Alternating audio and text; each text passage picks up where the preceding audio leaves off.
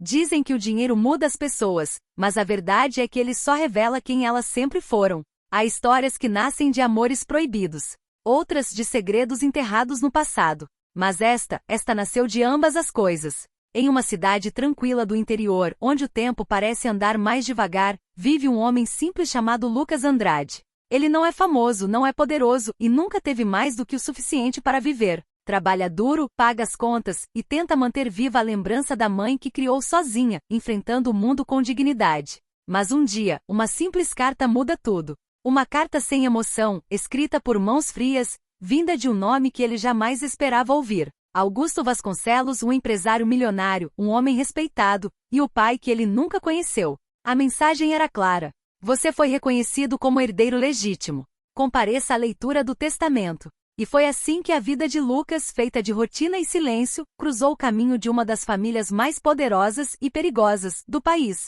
Imagine receber a notícia de que é herdeiro de uma fortuna inimaginável. Mas para ter direito a ela, você precisa morar por 30 dias em uma mansão antiga, onde o homem que te deu a vida morreu misteriosamente. Uma casa cheia de segredos, retratos que parecem observar, e pessoas que fariam qualquer coisa para te ver longe, ou pior. Durante esses 30 dias, Lucas não apenas descobriria quem foi seu pai, mas também quem realmente são seus irmãos. E o preço da verdade pode ser mais alto do que qualquer herança. O dinheiro compra tudo, menos a paz de quem carrega a culpa. Prepare-se para uma história profunda, cheia de emoção, tensão e revelações inesperadas. Um conto sobre família, ambição e o poder destrutivo dos segredos. E antes que a história comece, deixe o seu like, inscreva-se no canal e ative o sininho para não perder as próximas histórias que desafiam o coração e a consciência. Agora, respire fundo, apague as luzes e mergulhe comigo nessa jornada onde cada quarto esconde um segredo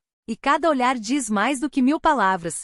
Essa é o testamento que mudou tudo. O testamento que mudou tudo, uma história sobre família, segredos e o preço da verdade. Era uma manhã comum na vida de Lucas Andrade, um homem de 34 anos que trabalhava como mecânico em uma pequena oficina de uma cidade esquecida no interior. Vivia uma rotina previsível, acordava cedo, tomava café preto com pão amanhecido, e passava o dia entre graxa, ferramentas e o som distante do rádio da oficina. Mas naquele dia, algo diferente esperava por ele. Entre as contas e panfletos no portão, havia um envelope grosso, selado com cera e um brasão dourado. Ele o observou por longos segundos, intrigado. No remetente lia-se: Cartório Vasconcelos e Filhos, leitura de testamento.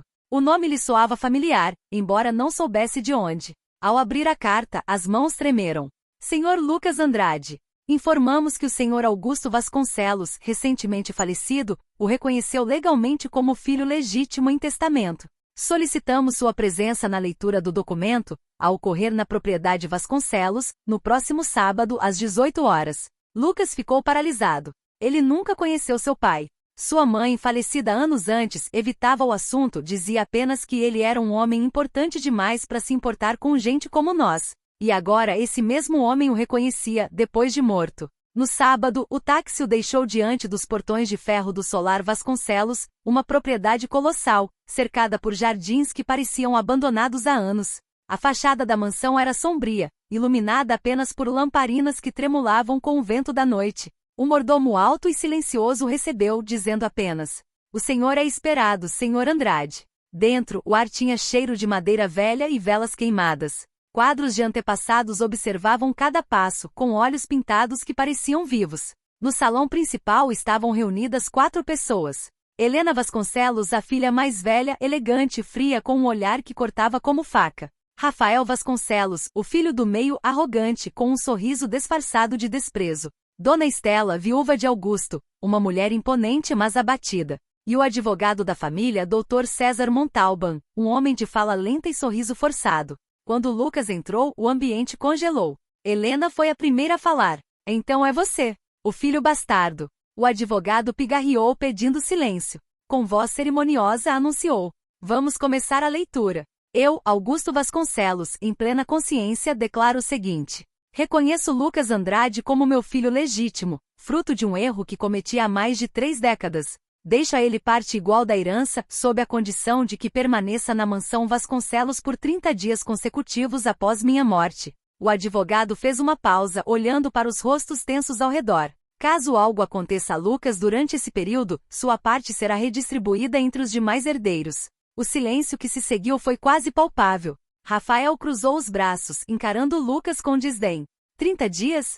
Boa sorte sobrevivendo a isso, irmãozinho. Helena apenas sorriu, um sorriso que não alcançou os olhos. Lucas ficou hospedado em um quarto no andar de cima, longe dos demais. À noite ouvia passos no corredor, portas se abrindo sozinhas, sussurros atrás das paredes. No segundo dia, encontrou uma carta antiga embaixo do tapete, escrita por sua mãe endereçada a Augusto. Você prometeu que cuidaria dele. Eu não posso esconder mais. Mas a carta nunca havia sido enviada. Quem a escondeu? No terceiro dia, o jardineiro da casa, um homem idoso chamado Antônio, o chamou de lado.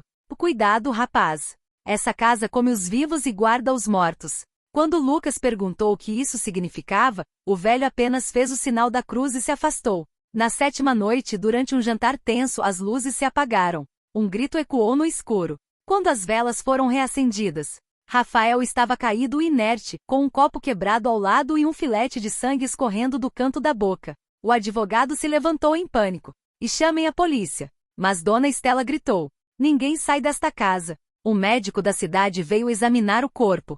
Envenenamento, disse ele. Misturado ao vinho. Helena olhou diretamente para Lucas. Interessante, o novato é o único que não bebeu. O olhar de todos se virou contra ele. A herança, o testamento, a morte, tudo parecia se voltar contra o recém-chegado. Determinando provar sua inocência, Lucas começou a explorar a mansão à noite. No porão encontrou uma sala trancada com um cadeado antigo. Com um arame improvisado conseguiu abri-lo. Dentro, havia pilhas de documentos diários, cartas, fotos antigas. Entre elas, uma gravação em fita cassete, com um rótulo escrito à mão. A verdade sobre Augusto. Ele colocou a fita em um gravador antigo e apertou o play. Se você está ouvindo isso, é porque eu não confiei em ninguém. A morte de Augusto não foi natural. Ele foi envenenado, pela pessoa que mais amava. E agora ela vai tentar esconder tudo, como fez antes. A voz era de Dona Estela. Lucas ficou sem ar. O que aquilo significava? Ela havia matado o próprio marido?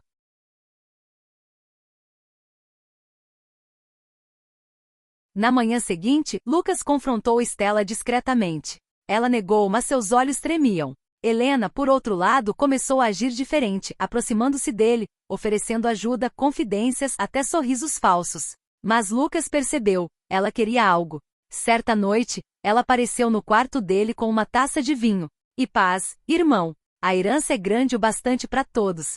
Lucas não bebeu. No dia seguinte, o mordomo foi encontrado morto, enforcado no depósito com uma carta falsa de confissão. A polícia foi chamada, mas sem provas concretas. Todos foram orientados a permanecer na casa até o fim do prazo. Faltavam 3 dias. Lucas, exausto e paranoico, revistou os diários de Augusto. Em um deles, descobriu a verdade. Augusto não reconheceu Lucas por arrependimento e sim por culpa. Helena e Rafael não eram seus filhos biológicos. Ambos eram adotados, e o pai deles nunca contou. Apenas Lucas carregava o sangue de Augusto. Ao saber que Lucas herdaria tudo, Helena envenenou o pai. E, para garantir que a fortuna voltasse para ela, planejou repetir o crime. Mas Lucas já sabia. A última noite. Na noite final, ele preparou o próprio jantar. Helena, sorridente, o observava da cabeceira. Você conseguiu, irmão. 30 dias. Que homem de sorte. Ele ergueu a taça. Sorte ou estratégia? Ela franziu o senho. Lucas continuou. Você matou o papai. E tentou me matar também. O silêncio foi quebrado pelo som da gravação da fita, que ele havia deixado tocando em um pequeno alto-falante escondido. A voz de Estela ecoou pelo salão, revelando tudo. Helena levantou-se em fúria, mas a polícia já estava à porta. Lucas havia entregue as provas na manhã anterior. Quando ela tentou fugir, tropeçou e caiu escada abaixo. O som seco ecoou pela mansão. E o jogo terminou ali. Um mês depois, Lucas recebeu as chaves da propriedade. A fortuna agora era dele, mas a casa, silenciosa e fria, parecia amaldiçoada. Ele decidiu vender tudo, doar parte à caridade e voltar à vida simples. Mas antes de ir, deixou uma carta sobre a mesa da biblioteca. Não herdei o dinheiro do meu pai. Herdei o peso dos pecados dele. E ao sair pelos portões do solar Vasconcelos, o vento soprou forte, apagando as velas uma por uma. E assim termina a história de Lucas Andrade, o homem que descobriu que a verdadeira herança não está em cofres, mas nas cicatrizes que o passado deixa. Ele entrou naquela mansão como um estranho. E saiu de lá como o único sobrevivente de um jogo de mentiras que atravessou gerações. O dinheiro, as joias, as terras, tudo perdeu o brilho diante do que ele viveu. No fim, Lucas entendeu o que o pai jamais compreendeu. Que o poder pode comprar silêncio, mas nunca paga a culpa. O solar Vasconcelos hoje está vazio. As janelas cobertas por poeira, o relógio parado na sala principal marcando 23 horas e 47, o exato minuto da última queda. Dizem que em noites de chuva, ainda se ouvem passos ecoando pelos corredores e um sussurro que pergunta: valeu a pena, Helena? Talvez algumas histórias não terminem de verdade.